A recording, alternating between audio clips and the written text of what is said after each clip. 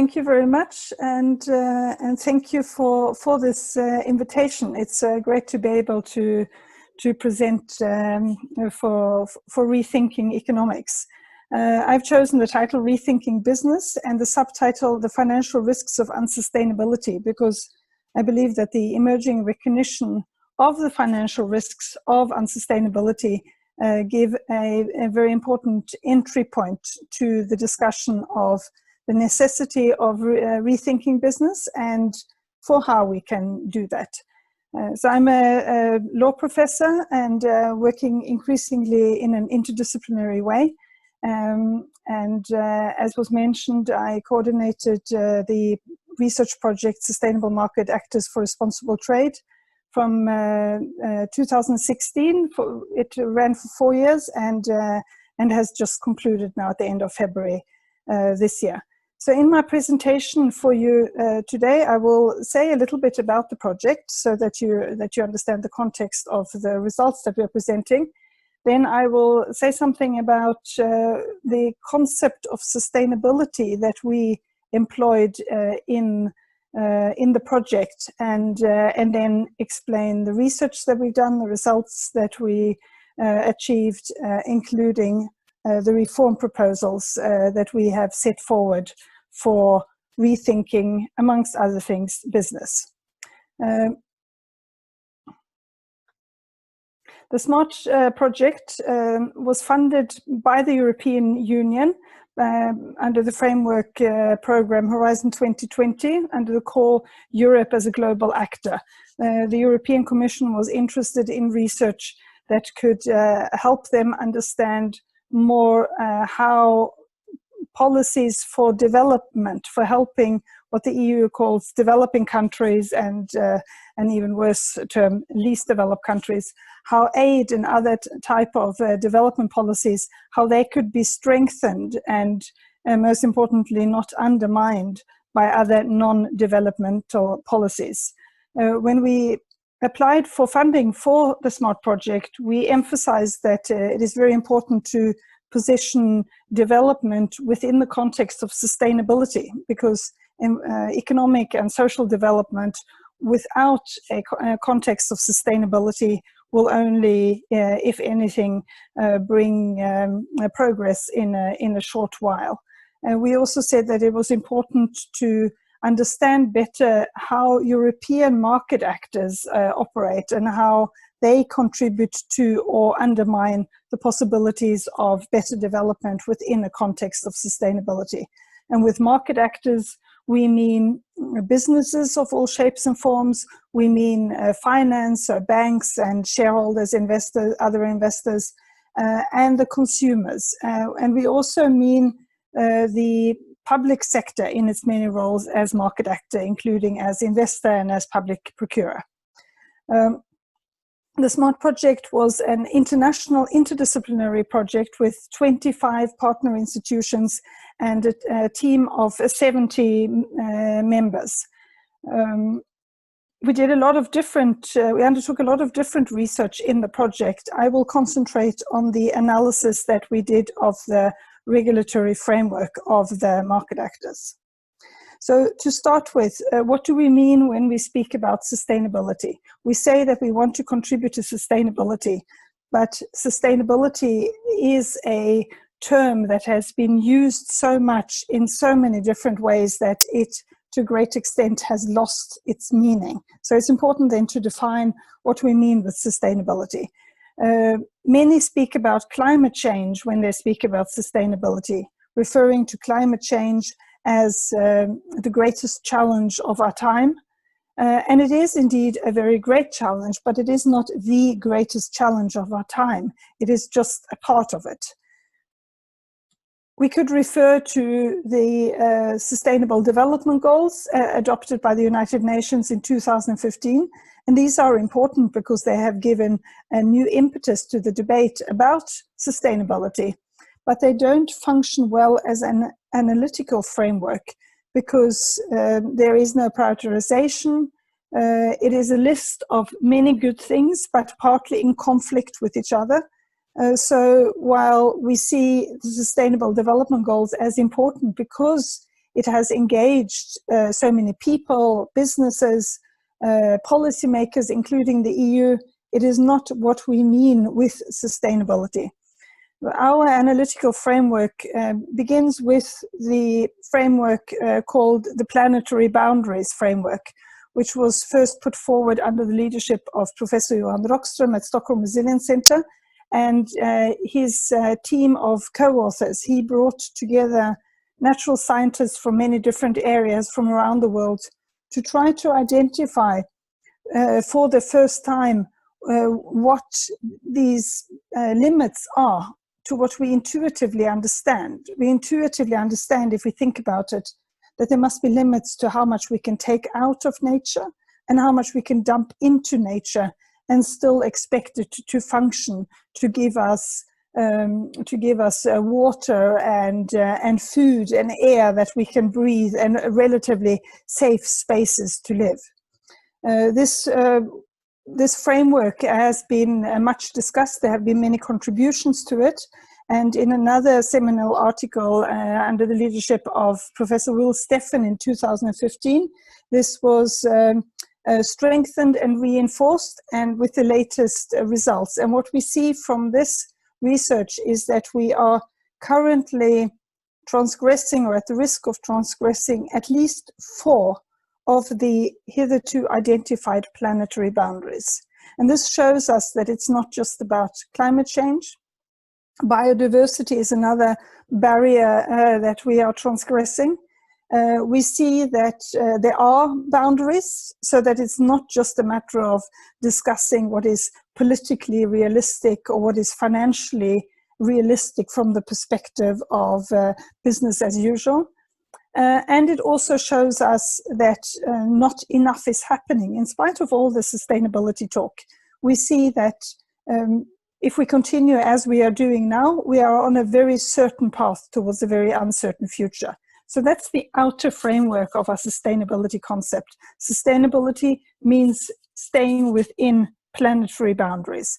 But it's not just about that either, because it is also about securing the social foundation for humanity, because we don't just want to not transgress planetary boundaries by not overusing resources and not over-polluting the environment. We also want to use resources, enough resources, and distribute them in a way that makes sure that humanity everywhere now and in the future have what it needs, that people have what they need to have a possibility for good lives. So we need to secure the social foundation for humanity now and in the future within planetary boundaries. That is what we mean with sustainability. And with that starting point, within that framework, we have analyzed the regulatory framework for market actors, and we have identified a number of obstacles to the contribution of market actors to sustainability. We saw that the extreme pressure for short-term maximization of returns to investors, that is one of the main barriers to sustainability. We saw that silo thinking in law and policy is also a main contributor, where policymakers seem to think that each area can work towards its own goals, and that somehow magically will end up in a sustainable future. We saw that in the same way as on the level of business, there is too much pressure and too much emphasis on maximization of returns to investors. We see that on the macroeconomic level, there is too much emphasis on infinite economic growth for all countries at all times. So these were among the obstacles that we identified. We also saw that there were a number of possibilities, and based on the work that we have done in the SMART project, we are optimistic. We believe that sustainability is possible, but we see that there are things that need to be done to remove the obstacles and strengthen the possibilities. If not, we continue on the business as usual track.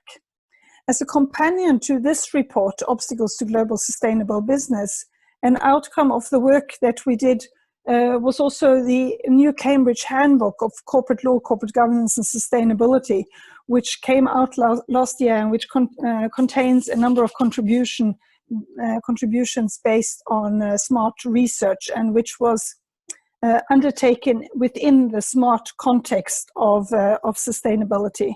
This handbook gives an unprecedented state-of-the-art overview of where we are at now, what the state of the art is when it comes to corporate law and corporate governance contribution to sustainability. And what we saw, which confirmed also the research that we have done previously, is that although there are some good initiatives, on a general level, not enough is being done to facilitate sustainability, and there is still far too much emphasis on the maximization of returns to investors. This is such a strong social norm, this pressure, that it has become a legal myth, that people think that is what business is supposed to do. Board members think that that is their duty. It is wrong. The law doesn't say that, but because this social norm is so strong, it is a barrier for businesses to use the scope that the law gives them to put their business on a more sustainable path, even when there is a business case for doing so. So all the talk about trying to show that more sustainable investments, that they give better returns and everything, that doesn't help, because it's not enough. The barriers are so strong that business is not even doing what there is an obvious business case for doing. So things need to change. And on that basis, we worked towards developing proposals for how we can achieve the necessary change. We presented our report supporting the transition to sustainability, smart reform proposals, in its first version in October last year, where we outlined the direction which we believe that we need to go to achieve the necessary change. We did that in October last year, and then invited in various ways with other academics, with in our business and investor forums, with policymakers. We invited input to our ideas about the direction that the reform proposals need to take. And then at the end of the project, we then submitted this report in a revised and updated version with 3 attachments, which are also then published on SSRN separately as reports, where we have collected our reform proposals concerning business, finance and products. I will concentrate about the reform proposals concerning business. And in this work with the proposals, we had that same kind of interaction with the broader community around SMART, which was very helpful and inspiring to our work. In the report about business, securing the future of European business, SMART reform proposals, we write about the financial risks of unsustainability, because as I mentioned when I started speaking, we believe that this emerging recognition, very, very slowly emerging recognition, is such an important basis to start shifting towards sustainability. Because if business and investors and policymakers and the general public fully recognized the financial, just never mind the whole world and our whole economic system and the whole societies and everything, but just the financial risks of unsustainability, what continued unsustainability means for business and means for returns to investors, then change would start happening. So this is very important for us to communicate. We are not the first ones to start talking about this, of course. It has been discussed within the context of climate change, with the Task Force for Climate-Related Financial Disclosures putting out their report on the financial risks of climate change, which has been followed up in Norway by CICERO, the research institution on climate change, who put out their report on shades of climate risk. And that is good, but as I said when I was speaking about the concept of sustainability, it's not just about climate change. And when we have analyzed this more deeply in the SMART project, we have seen that even in the context of climate change, these reports that I mentioned, they don't go far enough. They don't include, clearly enough at least, the global catastrophic risks that can arise from continued climate change. They don't include the societal risks that can arise from climate change, where we actually wrote before the pandemic hit us about the increased risk of spread of disease, of new diseases, of diseases being spread to places where they hadn't been before. So what we have done in our work is, and this is just a start of research that needs to happen, it's not the final results, but we have taken our sustainability concept and we have started analyzing what are the financial risks of transgressing the planetary boundaries. So not only climate change, but also biodiversity, also novel entities, which means microplastics and nanomaterials and various forms of chemical pollution. What does that mean for business? And we see that there are a number of fundamental risks to business in transgressing planetary boundaries, both in terms of the transition risks that the two reports I mentioned write about when it comes to climate change, but they don't go fully into they write as the last risk category that they have under transition risk, that they write about technology change risk. So for businesses having a Kodak moment, but it's more than that. It's about the shift from linear, unsustainable business models to circular, sustainable business models. So it's about a business model change risk. And they don't go deeply enough into the physical risks, which can lead to global catastrophic risks. There is a real danger of global catastrophes from climate change, from biodiversity loss, from novel entities and other planetary boundaries as well. We also investigated what this means for societal risks, which in turn translates into financial risks for business. This has not been dealt with well enough at all. The risk of unrest and ultimately the risk of societies breaking down, which of course has significance for business. We also analyzed with some examples, again, what it means for business when we don't achieve the securing of the social foundation that we spoke about as the inner part of our sustainability concept. Human rights violations, lack of decent work, tax evasion. All of these have potential fundamental risks for business. And there are a number of these scenarios concerning the environmental categories under the planetary boundaries, or the societal, social, economic categories under the social foundation, that on their own or together can lead to the breakdown of societies.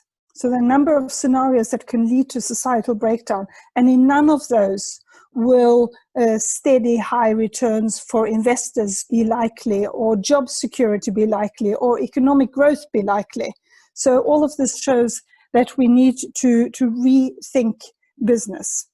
It's no longer a discussion of whether we should shift over onto a more sustainable path, whether that would be nice to do, but it is a matter of necessity for all of us.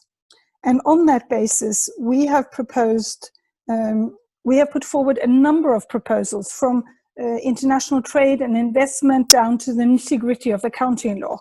I am now going to outline the main elements of the proposals concerning company law and accounting law.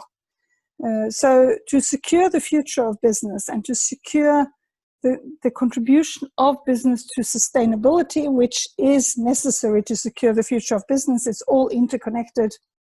We propose firstly that we should redefine the purpose of business. We propose this very specifically as a new chapter in one of the company law directives of the European Union.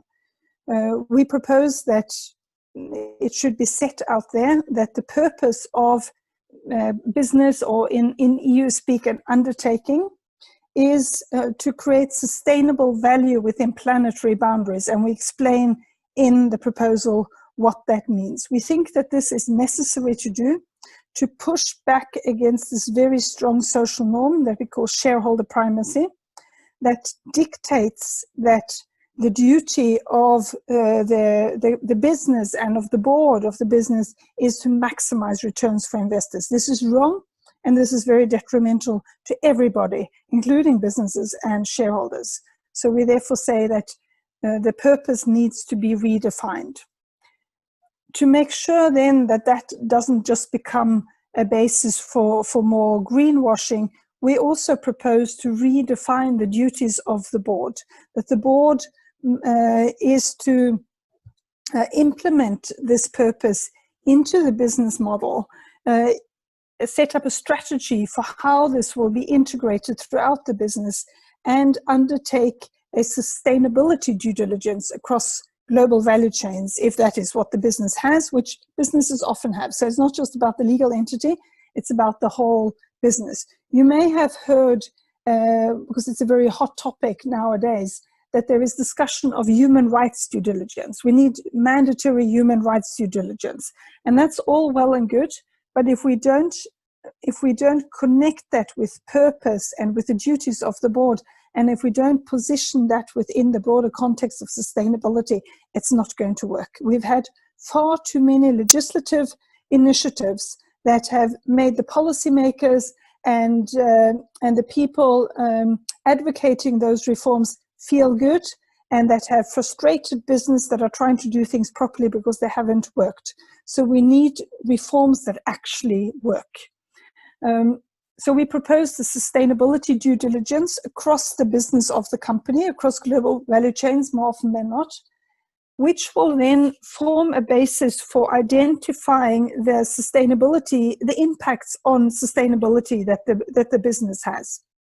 This will then give a basis for an ambitious continuous improvement process in the business.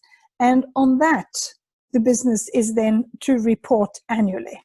So not as we have been doing now for a couple of decades at least, trying to make business change by asking them to speak about what they are doing without connecting in any way with the perceived purpose of the business or the perceived duties of the board. There has been this huge gap between what board members have thought is their purpose, namely to maximize returns for investors, and what they've been asked to report on, which is why sustainability reporting or CSR reporting or non-financial reporting, whatever you call it, has been left mainly to the PR people. And to make sure that we finally start taking people and the environment as seriously as we for decades have been taking financial interests, we also need assurance of these processes and of the reporting. So we suggest that the process of integrating the redefined purpose into the business, that is verified by external experts, and that the reporting based on that is audited, just like financial reporting is audited, because we need to start taking humanity and our planet as seriously as we take financial issues. We also suggest enforcement, because this is what business increasingly has been saying to us in our discussions with them, that there is no level playing field for businesses that try to do things in a sustainable way, because they are competing with unsustainable business who are really, really good at marketing themselves as sustainable. So we need a level playing field for sustainable business, which will secure us the market leaders of tomorrow. So these are our proposals in a nutshell, the proposals concerning business. And if any of you would like to have a closer look at any of the reports, I have made a list here of the reports, the main reports. There are more than these, and a number of publications as well from the SMART project. But we have the obstacles report, we have the introductory report supporting the transition to sustainability, the 3 detailed reports with reform proposals. And then I also wanted to share with you this open access version of the research guide that we have used in SMART, that we have just concluded, where we share with any academic community interested how we have undertaken the interdisciplinary corporate sustainability research, how that worked out for us, if anybody wants to do something similar. And then later on this month, I will also post on SSRN a report entitled The Financial Risks of Unsustainability, a Research Agenda, where I will embellish on that. Thank you very much, and I look forward to your questions and discussion.